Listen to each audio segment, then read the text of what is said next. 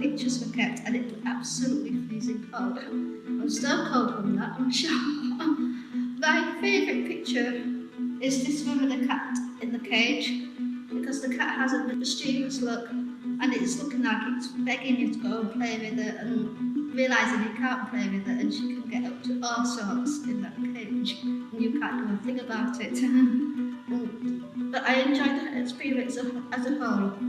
That's why I decided to start volunteering, because I realised I didn't have to be good at doing the art, just being able to appreciate the art and telling people how, when they ask questions about various things.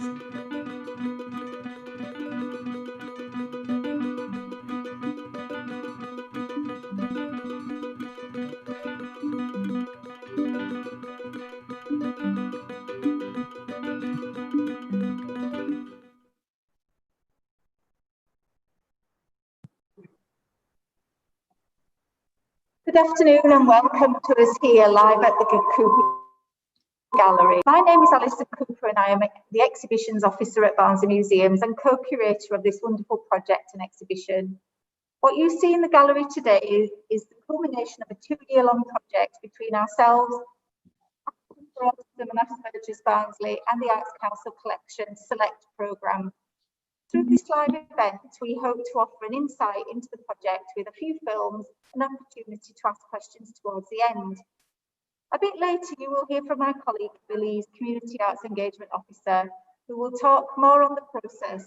But first, we meet Laura Biddle, Collection Coordinator, who will tell us about Council Collection's role on the project.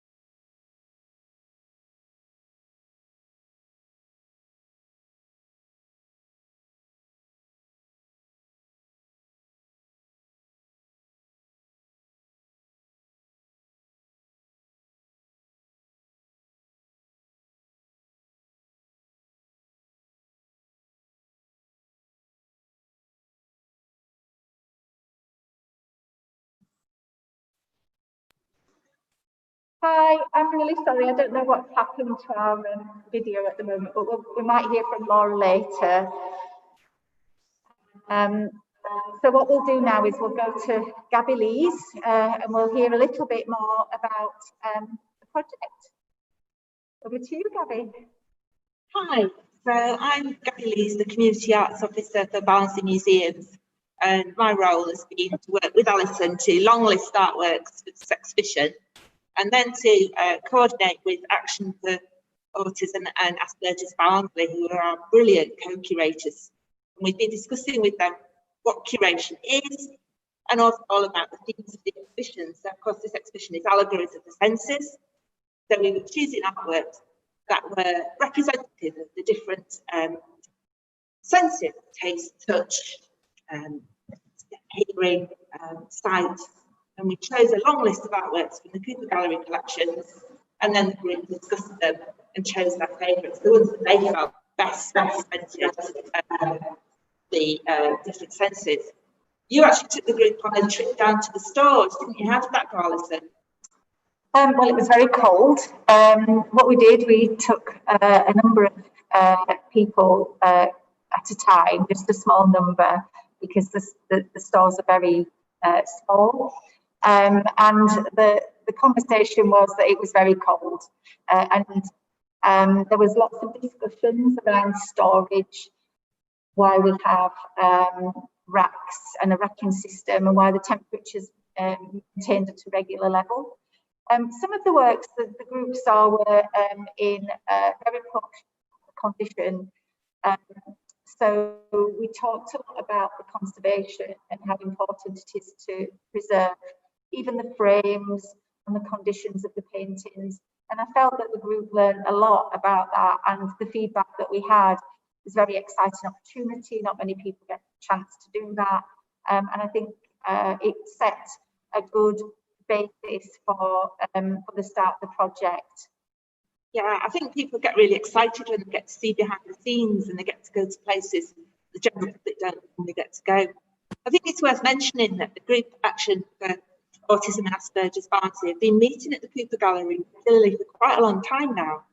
So they use one of our community spaces to meet, and they get together, and it's a very social thing, and they do bits of arts and crafts and stuff as well, but it's mostly about just getting together. So they knew the gallery and they knew the artworks, and they often came down and visited the exhibitions. But they didn't really know much about what we do to actually get the exhibitions on the wall, and they'd not really thought about how that process might work and how that decision process might work. So I think for them to get the chance to really get their teeth into a project like this was really, really great. And it was lovely to see them grow in confidence and their ability to talk about art and how they enjoy art. I mean, we've just seen the video of Rhiannon talking about how she's got the confidence now to be a volunteer in the Cooper Gallery. And there's a couple of them that Shamila as well, she works as a regular volunteer here, discussing the artwork with people when they come in. So that's been a really, really great outcome for the project in terms of us working more closely with the group and with more diverse audiences. So that's been really exciting. One of the things that I really love about this kind of co-curation project is that it really helps me to look at art differently as well. So we chose art that we thought were going to fit certain parts, certain senses, and things that fitted better, but then the conversation generated ideas that we needed to go back to the collection and look again. So for instance, when we were thinking about smell, we picked pictures of flowers and the sort of things that you would want to smell. But the group got really interested in the idea of more unpleasant smells, things that people wouldn't want to smell. So we had to go back to the collection and look for images of grime and industry and things that would represent smoke and dirt and that kind of thing. Did the process open up things for you as well? It definitely did. I mean, I didn't really know the group until I met them at the start of the process. And as you know, I loved my Monday afternoons with the group. I felt that the theme was quite a hard one to grasp. I think even for myself, it took me a while, even though I kind of created the content, the actual concept myself. I felt that I still didn't really understand it myself until we went through this process. So I wondered how difficult the group would find it.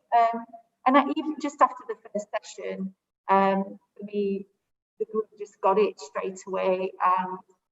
And sometimes when we presented them with the artwork, I don't know if you remember, but they would decide that's not part of this theme, and I was very impressed with that. Penny had dropped, and they just knew. And then there were others that just generated so much conversation. One in particular was Gillian wearing 60 minutes of silence, which is a video, and brought all sorts of, I don't know, conversations around why people were sitting so still, what they were thinking about. You know, they weren't even shifting around. If anyone's seen the video, it is literally 60 minutes of a group of police officers having their photograph taken, but rather than a still, it is 60 minutes of video. Unfortunately, and the requirements to show this video didn't really fit the exhibition, and it would have meant that we wouldn't have been able to fit a lot more artwork in. So yeah, and Monday afternoons have never been the same since the project. Great, isn't it? We'll have to go back and see them again soon.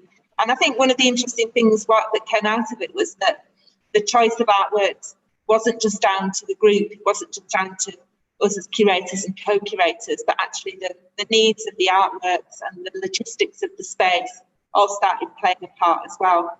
I think the group really coped with that very well and understood that, and were open to making decisions on that basis and changing their ideas about what was going to be included. But there was a real sense that they were thinking of the exhibition as a whole. I mean, one of the other things that I remember was looking at the image of Christ's descent from the cross, and that we picked that because for touch, everyone in the picture was holding and helping to support Christ. So that's how we interpret it as being part of touch. But when we showed it to the group, what they were really fascinated by was all the different fabrics and how the artists had depicted each different kind of fabric differently. So there were rich silks and rough cottons and wools. And they became really interested in this idea of paint expressing different kinds of texture. And from that, we did a workshop with a wonderful artist called Achaintre, where the group painted their own textured paintings. And I mean, at the time we were doing that, this was pre-COVID, so we hoped that these little tactile paintings would be available in the exhibition space so that people could actually touch them. Of course, that's not the case now, but it's nice to be able to show them now, I guess, and to talk a little bit about them. So that whole process of making, but also thinking about how visitors might be able to experience something of the artworks in terms of using different senses. That was in there right from the start, right through the whole process. But we've had to adapt quite a lot, haven't we, unfortunately? Right. So, I mean, this exhibition was written in the first place to be the most interactive ever. I think I might have mentioned that before. But unfortunately, we have to remove quite a lot of the interactives. However, we managed to keep the Lego braille bricks, which form part of the interpretation, and they're cleaned down regularly. And also our award-winning Barnsley Museum's learning team created some activity packs. So basically, they're on-gallery activities that they would have normally had for people to interact with. Have been now put into a pack for you to use as you go round or take home or both. And one of the group, Parr, is a professional cook, and he created some wonderful recipes based on the Venetian fruit that we have on display in the gallery. So yeah, I mean, it's just been a complete, in terms of co-curation, it's been a complete all-rounder, really. They've had involvement in the booklet and you know, displaying the artwork as well. Yeah. We've also got audio as well, so people can hear audio descriptions and audio labels of all the artworks. You can access those with Pen Friend, which you can pick up at the exhibition itself, or you can download them online. We've also got a blog that we've written that's fully about the process of curation that we've gone through, and that's got some more of Carl's recipes on there. So if you feel like cooking your way through the exhibition, that's a good place to start. You might have noticed as well that I'm sat next to a really amazing textile. This was produced by a local artist called James, who is registered blind, and she works as a weaver. And this was created to be a tactile piece for people to explore in the exhibition. And of course, we can't really encourage people to touch it at the moment. But this is part of the Cooper Gallery collection now. So hopefully in the future, we'll be able to have it out on display and we will be able to explore it fully. At the moment, you can only look at it, but it's got little bells on and everything. So it's a very sensory piece of work. One of the things that I find quite interesting is that this idea of artwork that you can explore through touch and sound, smell, as well as just visually.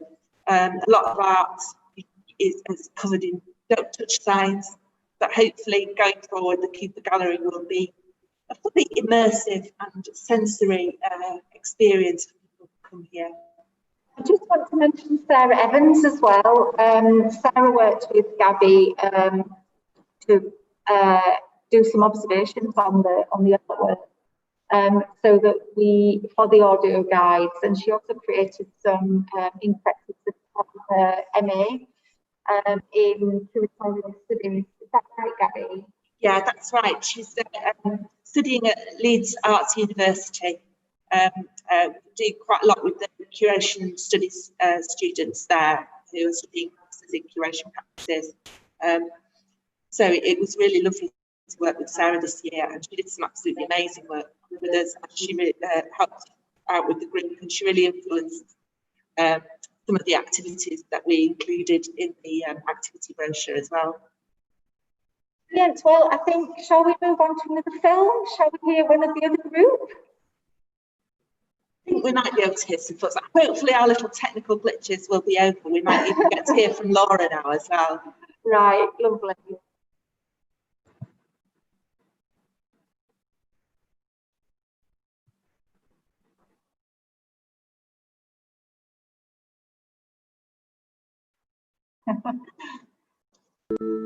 Are we on?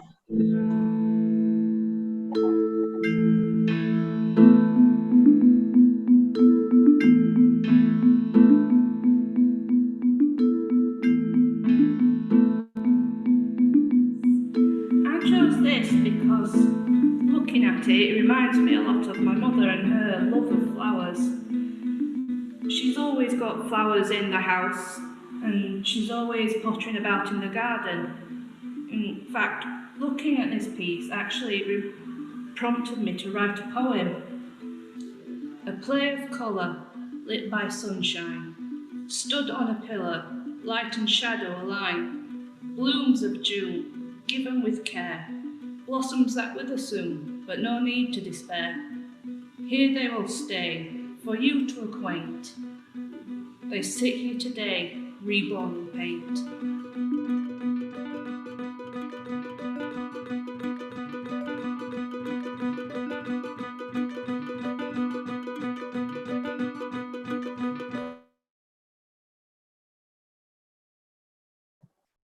Hi everyone. So I've been working with the 1980s gremlins today, so I think that must have come over from the Experience Barnsley. Fingers crossed we can hear Laura Biddle, collections coordinator from the Arts Council now.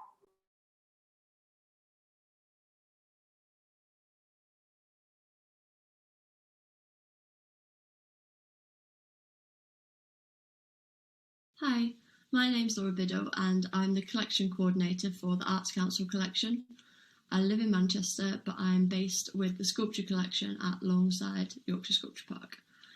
The Arts Council collection is the most widely shared collection of modern and contemporary British art and was founded in 1946. The collection features over 8,000 works of art by more than 2,000 artists. Around 1,000 of these works are the sculptures that I work with in Yorkshire, including installations, kinetic artworks, traditional sculpture, performance, small scale, very, very large scale, and everything in between. The 2D collection is housed in London. As well as working on Arts Council collection touring exhibitions, our National Partner Programme, and national and international loans to both galleries and public spaces, I also help develop select exhibitions, which is what Allegories of the Senses is. In select exhibitions, institutions use the collection to populate a large percentage of their exhibition, which at Cooper involved 12 works of art ranging from textiles to photography and film.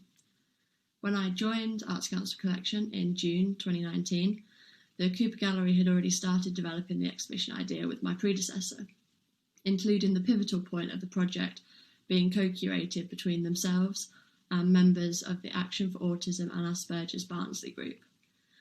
As fervent champions and facilitators of co-production and embedded engagement practices, Arts Council Collection were more than happy to support such an interesting and considered project, so I became in contact regularly with both Alison and Gaby. I was lucky enough to be invited to one of the group's sessions at the gallery to observe, listen and answer any questions, which there were a lot of. The group were enthusiastic and really involved, but they took their decisions very seriously. I particularly remember a very lively discussion about the David Shrigley work that I'm pleased to say did make it into the final exhibition. Though I was available to answer any practical questions, my job didn't really start until the group had made their initial shortlist. From here, I checked availability of artworks, I advised on sizes and installation methods, and with my team in London, made sure all the works were conserved, packed and ready to come to Barnsley, where two of our brilliant technicians installed the show. Aside from one work which couldn't be shown due to spatial constraints and was therefore substituted for another, the group's list was an absolute dream to work with and has resulted in a really wonderful show, and I know that everyone involved is incredibly proud of it. We were so taken with the passion of the group that we actually also invited them to create a label for an artwork of their choice from our upcoming touring exhibition, Breaking the Mould, Sculpture by Women Since 1945, which was due to open at Longside in April this year, but for obvious reasons has been rescheduled to 2021. My offer of a guided tour for the group when the exhibition finally does open still stands though. It's been great to hear how much both the Cooper Gallery and the group gained from this project. The gallery's ability to adapt to the constantly changing coronavirus guidelines to ensure the exhibition opened has been enviable, and Arts Council Collection is privileged to have been even a small part of that. Thank you.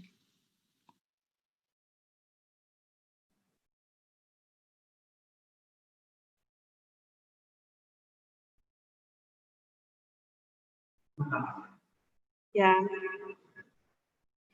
So that was fantastic to hear from Laura.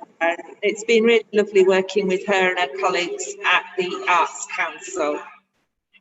So I'm really glad that we were able to see that video from her there, and I think Alison would echo me saying that it has been working with them as a team, and they've been really supportive of the whole process and the whole project. We're going to follow on with a really beautiful new film. This is the premiere of the new film by Simon Waldock, which features poetry by Susanna Evans. So we wanted to work in a more poetic way when giving a sort of tour of this exhibition, because it's such a sensory exhibition. We thought we'd draw on some of the practice we have with Hear My Voice, which is our Barnsley Museum's poetry project, which is an ongoing project. We currently have a competition for the general public to write poetry about their experiences of COVID, and we're hoping to make a beautiful anthology of the experiences of the people of Barnsley through 2020.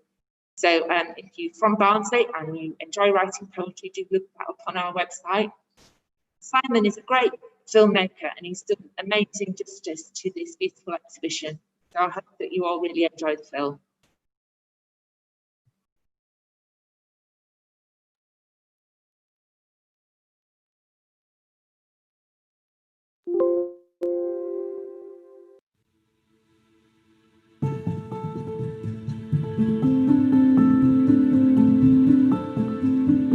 Paolozzi's music is like water rushing endlessly around an obstacle course of tubes and bridges. It hisses and bubbles and gurgles, overwhelming and noisy, but never quite in flood. The quiet mandolin leans on the wall with no hand to pluck it. A strange, peaceful thing to only see and not hear. It holds the potential for music in its tightly wound strings, the knock of its hollow wooden body. Watch Pan's quick fingers dance their notes. Even in silence, you can almost hear the tune of fun and celebration that he's playing. Sometimes you can't help but tap your feet.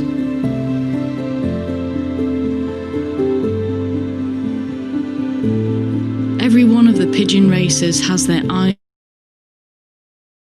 Imagine the view they see. A wide sky full of birds returning home. See the tiny creature in the giant cage. The creature can stretch its legs and look between the bars. It is safe inside, sharing space with such a lot of emptiness. But maybe it longs for a different view. Some sand dunes, palm trees on the horizon.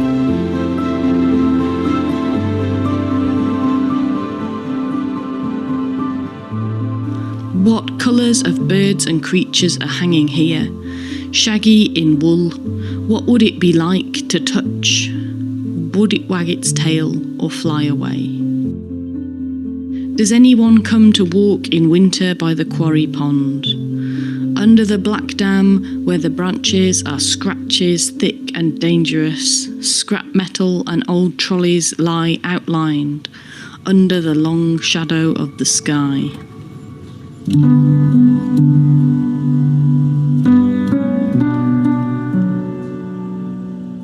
These vivid flowers like pink flames, exotic and arranged like bright fruits. How does red smell? How does purple? The deep and luscious green. They light the cigarette huddled together, hands shaking in the cold. The smoke rises, they welcome its sharp scent and the break from their work.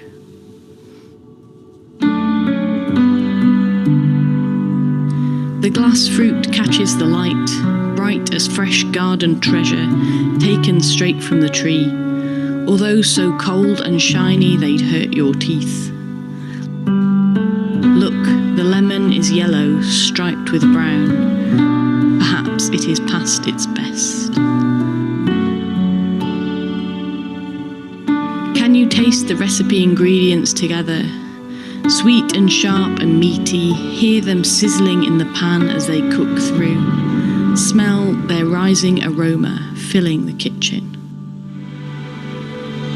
The cook at her gingham table, 2 silver fish, a glass of wine half filled red, bay leaves in a jar. Outside the golden hill of a day's hard work haymaking. The workers will stride home hungry across the fields.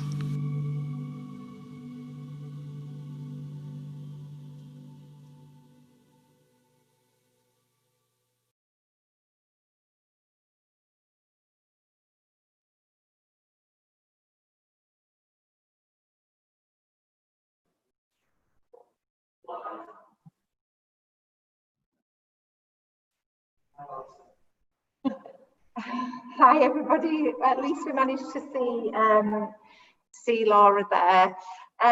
So are we moving to Robert's Bell, or is that at the end? Sorry. It's going to be at the end. At the end. We've got a couple of questions, not very many, but I can ask them anyway, can't I? Yeah. So, Alison, how did the collaboration between the Arts Council collection and Barnsley Museums come about? Oh, good question. So it came about 2 years ago. No, longer than that actually. I think about 3.5 years ago maybe. And I've worked on the Select programme before in another role. And I'd been working with Jules Horsler, who was our inclusion manager for Barnsley Museums, and we've been thinking about sort of having an exhibition that looked at disability. So I put it to the Arts Council collection. It was a slightly different concept back then. And I suppose as an able-bodied person, it was difficult for me to think about how that would look. But with the help of Jules, who was a wheelchair user, we came up with a few ideas and put it to the Arts Council. And then you came on board, I think, and we developed it into something more of a project. And I think it's been hugely successful. And I think it's worked out really well for the better, actually, from the original concept. And this is a question for Laura. Is this, the way that we've been working here at the Cooper Gallery, is that something that you see as being quite unusual, or is that a kind of working that you've seen before in other places? I think it very much depends on institutions' levels of engagement. Obviously, co-curation, co-production and engagement are all real buzzwords at the minute, and they're areas that a lot of institutions are trying to get better at. But I think the important part about what the Cooper have done and what most museums should be aiming to do is to really embed that practice. So rather than, you know, having a 1 hour meeting with a selected demographic, taking a few of their suggestions and then involving that into a pre-existing plan, that on the sense of the ladder of engagement is very low, and it might benefit the institution, but it doesn't really benefit the people who they are engaging with.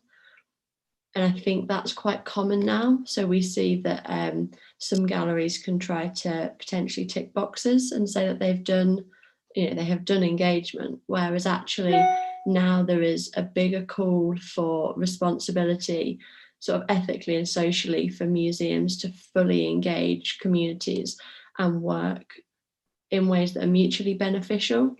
And that means, you know, whether it's giving up some of their authority, truly handing over decision making like you guys did. So I think that the concept is quite common, but I think the way the Cooper Gallery have gone about it, the length of engagement, the legacy that the project is going to have, and the alongside programme is not something that you see as much as we'd like, but it is improving. But I think after Arts Council collection colleagues and myself talking about this project to a few partners and other contacts, there's been a lot of interest in speaking with you guys about how you've done it. I know, for example, I've put a couple of people in touch with Alison, and I think that really shows that people are acknowledging how well this project is showing how this sort of work can be done. Thank you.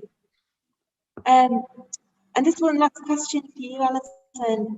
The digital elements become more important, hasn't it, because of the current restrictions? Do you think there's things that we've learned from that? I think we've learned, well, I think we're still learning. I mean, given we won an award this week for our online films. Colleague Sarah Taylor did an amazing job. I think we're still learning and still looking at new ways where we can bring exhibitions like this to an audience that might not be able to get into the gallery. But not only that, I think once everything's settled down, hopefully not too far away in the future, that we can continue doing this and to make sure that our venues are totally accessible.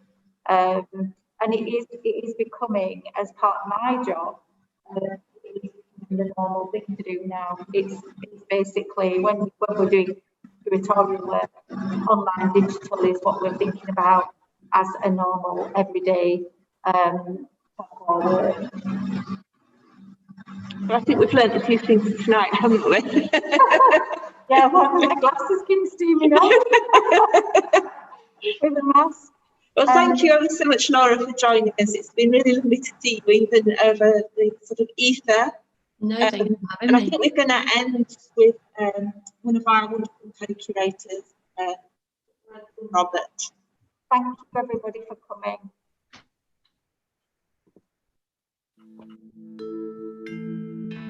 Robert, what is the best thing in this exhibition? My education.